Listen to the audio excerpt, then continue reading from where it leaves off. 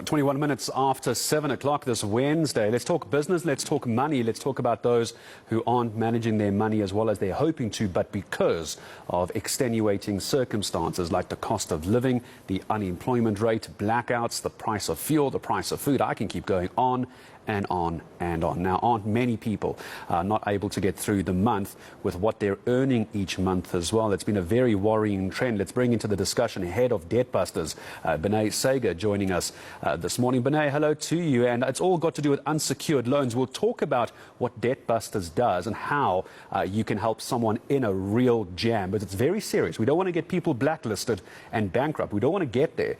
But first of all, just talk to me about how bad it is at the moment. How many people are looking for debt relief assistance? Good morning. Good morning, Gareth. Thanks for having me on the show.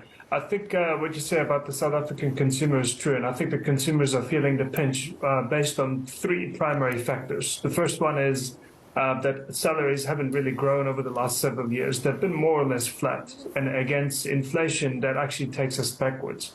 The second thing is the interest rate rises that happened so quickly, and so steeply that we've actually were caught completely unprepared as a country, I must say, and this is a global phenomenon. And the third thing is inflation, I think made worse probably by load shedding, and we haven't point out that we haven't even yet seen the full effects of that, in terms of food and stuff. But electricity and petrol have been almost double the price that they were about 6-7 years ago.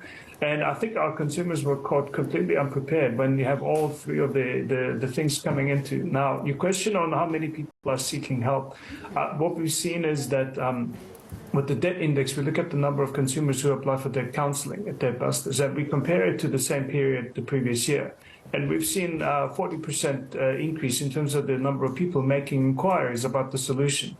I think we always state that the solution is not necessarily for everyone. I'm talking about specifically for debt counseling. But it is, I think it's also a sign that many more consumers are actually taking the responsibility of wanting to pay back their debt seriously and seeking out help, recognizing that they need someone else to help them. Ben, let's talk, if we could, while you're bringing in some very important numbers. Is it true that up to 65% of some South African salaries, 65% of their net incomes, that's after tax, is going to paying off debt? I mean, we're not even getting into the realms of talking about savings and investment. More than half the salary is going to pay off debt, isn't it? Yeah, it is true. This is, again, based on the consumers who applied for debt counseling with us. And we look at how much of their income they spend on various things. Debt expenditure is, of course, one thing, but we also look at more holistically every single item. And it's quite a comprehensive assessment.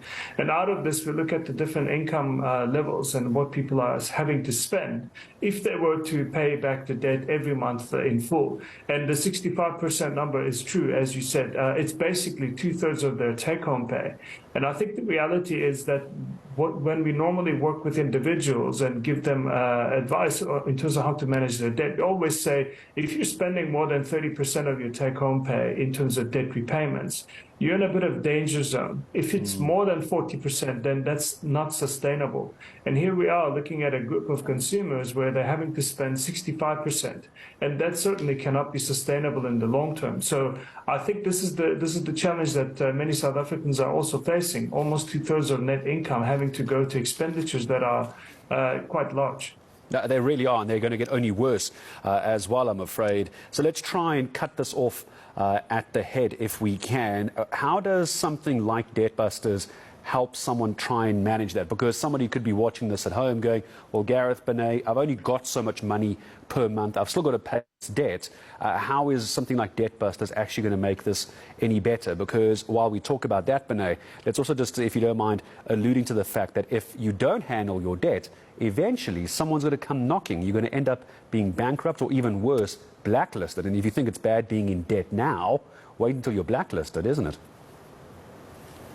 I think that is true. I think the most important thing I want to leave the listeners with is that they must deal with paying back the money that they borrowed. At the end of the day, if you borrow a certain amount of money, you're liable for paying it back. And I think we have to be very clear that whatever solution you go with, you're going to be liable for paying back the money that you borrowed eventually. Now, how debt counseling solution works, and again, one needs to see for consumers whether they would be candidates for it.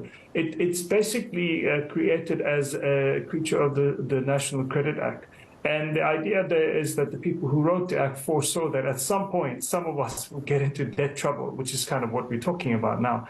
And they wanted to have a legal facilitated way where they bring everyone around the table, including creditors, the eNCA, and so on, to actually restructure the debt repayments in such a way that are affordable for the consumer and giving the consumer longer time to repay back the same amount of debt.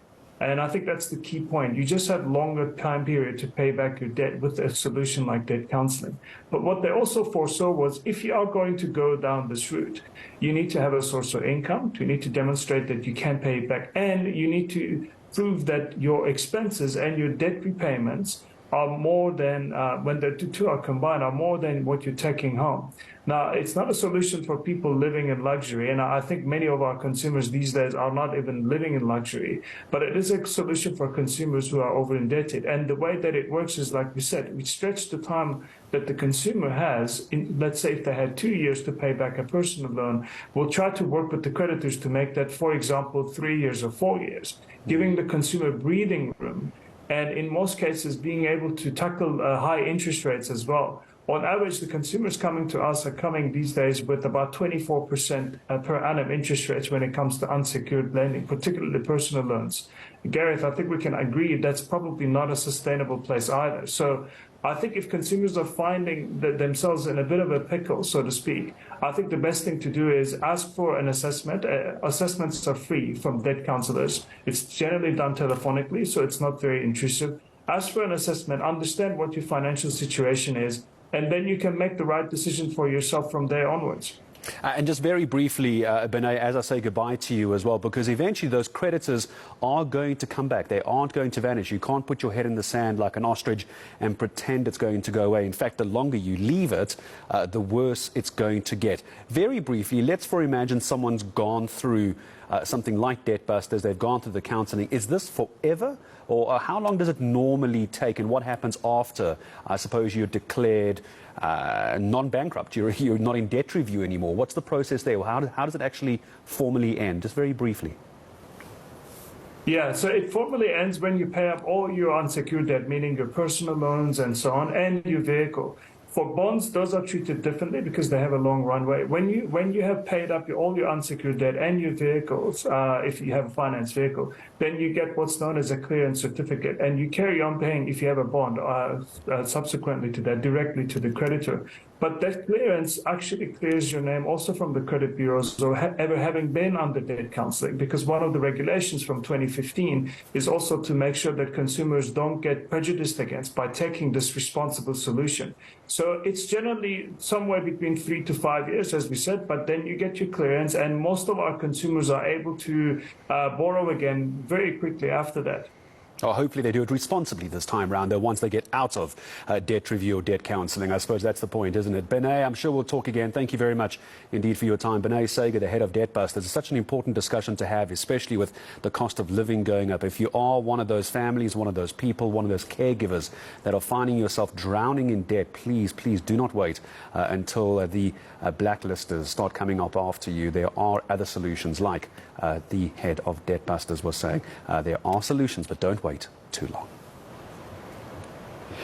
You spoke about being responsible with your finances. I just wanted to add one thing, because sometimes there are